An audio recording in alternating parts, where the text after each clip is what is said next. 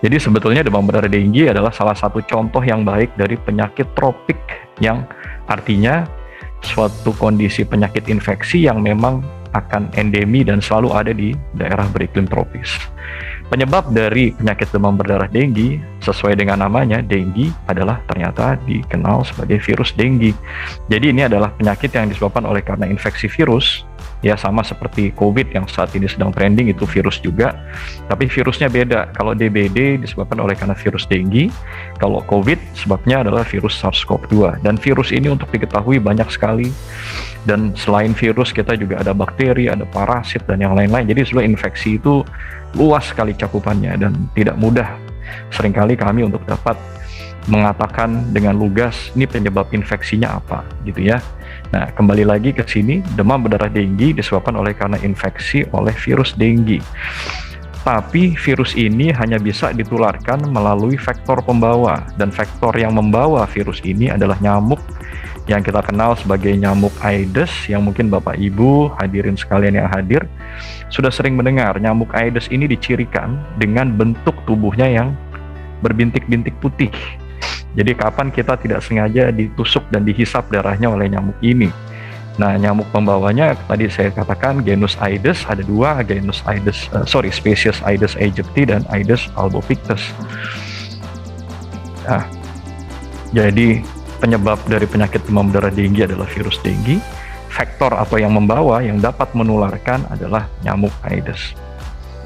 Jadi nggak bisa penyakit ini menular secara langsung dari orang ke orang seperti virus COVID, dari batuknya, bersinnya, dan yang lain-lain. Itu nggak bisa, memang harus dibawa dulu oleh faktornya. Dia gigit satu orang, kemudian dia bawa virusnya, dia gigit orang yang lain, nah di situ baru bisa terjadi proses transmisi. Kalau Bapak Ibu datang ke dokter, misalnya ketemu saya gitu, atau mungkin ada konsultan tropik infeksi yang lain atau spesialis penyakit dalam yang lain, pasti nanti Bapak dan Ibu akan diminta untuk menghitung hari. Kita pengen tahu sebetulnya Bapak Ibu pada saat datang ketemu kita, itu Anda lagi di posisi hari yang keberapa, gitu ya. Pasti kita akan nanya, Pak, Bu, ini mulai kapan Anda demam? Dan satu hal yang memang menjadi kunci dari demam berdarah denggi, kalau kita lihat dari gambaran kartun ini, demamnya itu akan abrupt atau muncul dengan tiba-tiba. Jadi yang tadinya orang itu sehat-sehat, tiba-tiba demamnya tuh spiking, tinggi sekali dalam hitungan jam. Dan itu yang menjadi kunci kita mulai menghitung harinya gitu. Dan hari ini menjadi penting karena WHO, ya ini sudah firm ini, dan memang pengalaman kami pun demikian, membagi proses perjalanan penyakit denggi ini menjadi 3 fase utama. Yang pertama adalah fase demam atau febrile phase atau fever phase, dan ini berlangsung kurang lebih sekitar 3 hari dari semenjak keluhan itu muncul. Kenapa ini dikenal sebagai fase demam? Karena memang pada fase ini demam itu luar biasa. Dan untuk diketahui, selain demam biasanya pasien juga akan mengeluhkan nyeri kepala hebat, mata itu berat, rasanya pegal gitu ya, badan sakit-sakit semua, ada yang dibilang kayak digebukin gitu rasanya saking sakitnya, dan kemudian badan tuh lemes gitu, jadi ibarat bunga itu layu gitu pasien kita. Dan kemudian infeksi ini juga bisa mengganggu proses pencernaan di lambung, maka tidak jarang pasien juga mengalami mual, nyeri ulu hati, sehingga mereka punya kapasitas kemampuan makan dan minum itu menjadi sedemikian turun. Dan ini semua disebabkan oleh karena virusnya sedang aktif untuk berkembang biak. Jadi setelah kita bisa mengakhiri fase demam, jadi fase demam itu berlangsung kurang lebih 3 hari pertama. Jadi pada saat demam itu mulai turun di hari ketiga, ini rata-rata virus ini sudah mulai turun jumlahnya. Tapi uniknya, pada saat virus itu turun, demam itu turun, justru setelah itu kita masuk fase kritis. Jadi ini fase demam, kemudian fase kritis. Jadi fase kritis ini ditandai dengan turunnya demam gitu. Jadi bisa dibayangkan ya bahwa justru bahayanya denggi itu bukan pada saat demam lagi tinggi-tingginya di 3 hari pertama. Tapi bahayanya itu justru akan muncul setelah pasien itu demamnya mulai turun. Kenapa seperti itu? Karena pada saat sudah melewati 3 hari pertama, antibodi mulai terbentuk. Dan pembentukan antibodi yang ada ini sifatnya agak lebih destruktif lagi kepada pembuluh darah. Dan oleh karena itu, WHO mengatakan disinilah yang kita kenal sebagai fase kritis. Kenapa? Karena proses perlawanan yang terjadi di pembuluh darah tadi akan semakin hebat. dan risiko untuk terjadi shock dan perdarahan ini akan meningkat. Dan pada saat proses itu semakin hebat, di sini trombosit akan semakin turun, risiko untuk terjadi kebocoran pembuluh darah semakin tinggi, maka kita di sini harus sangat berhati-hati. Dan setelah kita bisa melewati ini, dengan sendirinya trombosit akan meningkat. Karena ini adalah proses natural yang akan terjadi secara alamiah sesuai dengan perjalanan penyakitnya.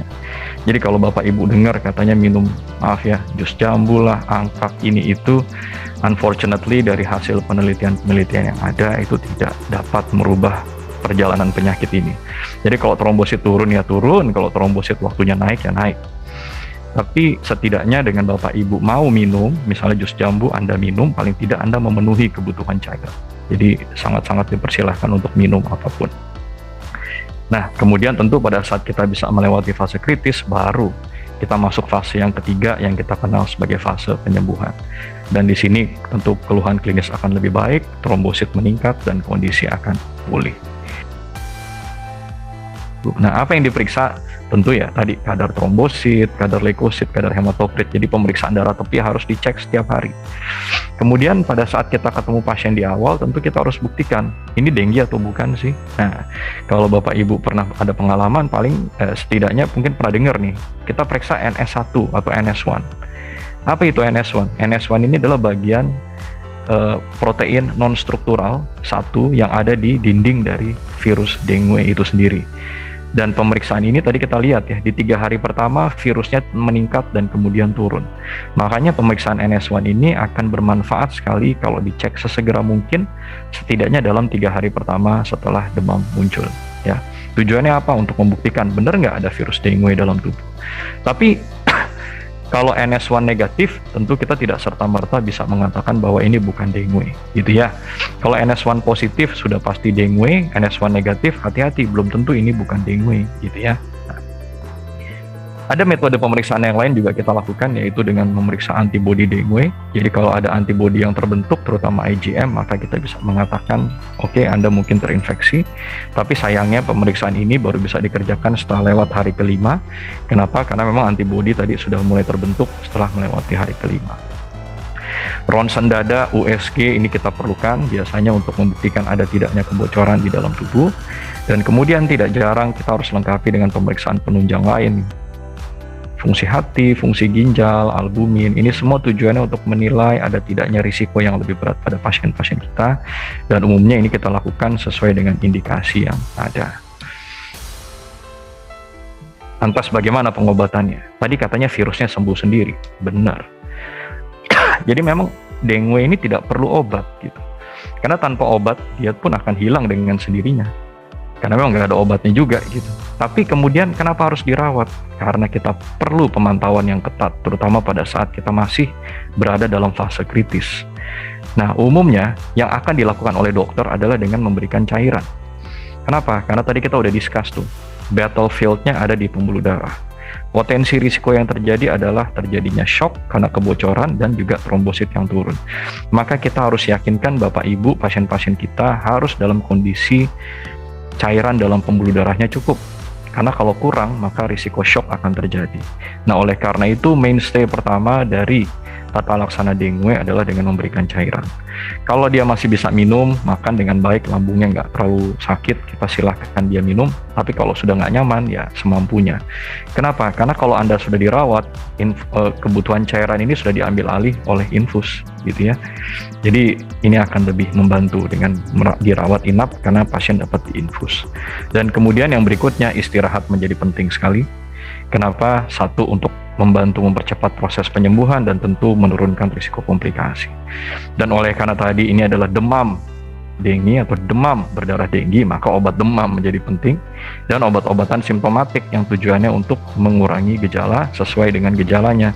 Misalnya nyeri ulu hati, nyeri lambung, mual, dan yang lain-lain, kita berikan obat-obatan itu untuk mengurangi keluhan sehingga pasien-pasien kita bisa lebih nyaman dan bisa melakukan kebutuhan kesehariannya dengan lebih baik, misalnya dengan obat lambung jadi lebih nyaman sehingga dia pelan-pelan bisa makan, dia pelan-pelan bisa minum. Dan tentu yang berikutnya, kenapa harus dirawat dengan optimal, maka kita dapat melakukan pemantauan yang baik. Mulai dari pemantauan tekanan darah, kondisi suhu tubuh, hingga pemantauan darah setiap hari untuk menilai risiko dan memberikan tata laksana yang lebih optimal. Dan yang terpenting lagi, ya tentu kita perlu mengawasi ada tidaknya tanda-tanda bahaya supaya kita bisa lebih waspada lebih dini.